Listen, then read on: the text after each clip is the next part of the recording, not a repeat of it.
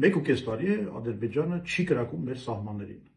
Եվ այս իրողությունը Նիկոլ Փաշինյանը մեզ փորձում է մատուցել որպես խաղաղության ապացույց։ Իրականությունն այն է, որ սա մեծ խաբեություն է, որովհետև Ադրբեջանը շարունակում է հրաժարվել ստորագրել խաղաղության պայմանագիրը, չնայած մեր բոլոր զիջումներին։ Ադրբեջանը չի շարունակում սահմանազատումը, այն բանից հետո, երբ որ Տավուշի մարզում կատարվեց փոքր մի հատվածում սահմանազատում եւ Ադրբեջանը ստացավ 3 գյուղ հետ եւ նաեւ կարեւոր ռազմական ստրատեգիական բարձունքներ, որովհետեւ այդ սահմանի որևէ այլ հատվածում Ադրբեջանը չի ուզում որևէ բան վերադարձնել Հայաստանին մեր իսկ ինքնիշխան տարածքից։ Ադրբեջանը վերջ չի տալիս շրջափակմանը, այսինքն ճանապարհները չեն բացվում, Թուրքիան էլ չի բացում ճանապարհները։ Ադրբեջանը հրաժարվում է վերադարձնել մեր գերիներին եւ Արցախի հանրապետության ռազմաքաղաքական ղեկավարներին։ Ադրբեջանը շարունակում է համակարգային հայատյաց քարոզը։ Էլ չենք խոսում նրա մասին, որ այսքան թմկահարված թրիփ կարգավորումը ըստ էության քանդվում է մեր աչքերի առաջ իրանական պատերազմի հետևանքով։ Հիմա այսինքն ինչ է կատարվում։ Այսինքն դա նշանակում է, որ իրականում ոչ մի խաղաղություն չկա, ուղղակի այսքան ժամանակ հանգիստ են թողել մեզ, որպեսզի Նիկոլ Փաշինյանը նորից վերընտրվի եւ օգնի իրենց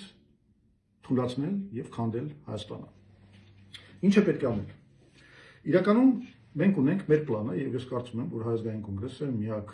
քաղաքական ուժն է, որը եւ փորձառություն ունի համապատասխան եւ պլան, թե ինչպես է պետք բերել խաղաղություն Հայաստանին։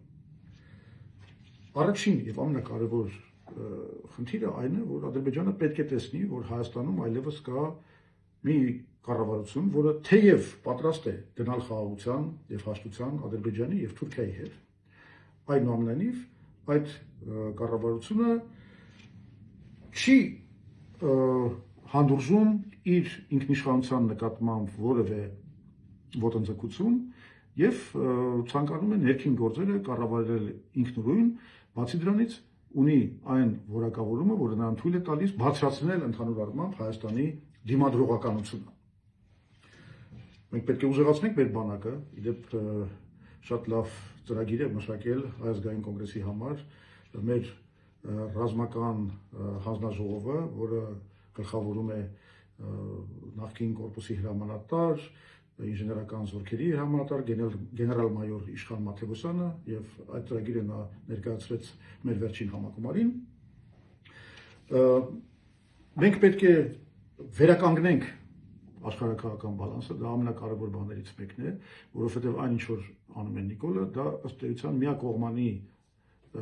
ընտրություն է դեպի Ադրբեջան, Թուրքիա, Միացյալ Նահանգներ եւ Իսրայել, որը ըստ էության աշխարհակաղակական ռումբ է դրել մեր այս խաղաղության իբր թե գործընթացի տակ, որ այդ ռումբը պայթելու է արդեն պարզ է ամերիկյան, իսրայելական պատերազմի ընթացքից Իրանի դեմ եւ մեզ անհրաժեշտ է իհարկե որպես առաջնային գործ այնպես անել, որ Հայաստանը չդառնա հիբրիդային պատերազմի տարբեր գերտերությունների միջև հակամարտության, մրցակցության կռվադաշտ։ Եթե մրցակցում են, պետք է մրցակցեն ներդրումների համար, մեր բարյացակամության համար, որպեսզի այստեղ կարողանան մեր ինքնիշխան տարածքում ներդրումներ կատարել, փոխադարձ օգտակար եւ իրականացնել լուրջ նախագծեր։ Այդ առումով մենք առաջարկում ենք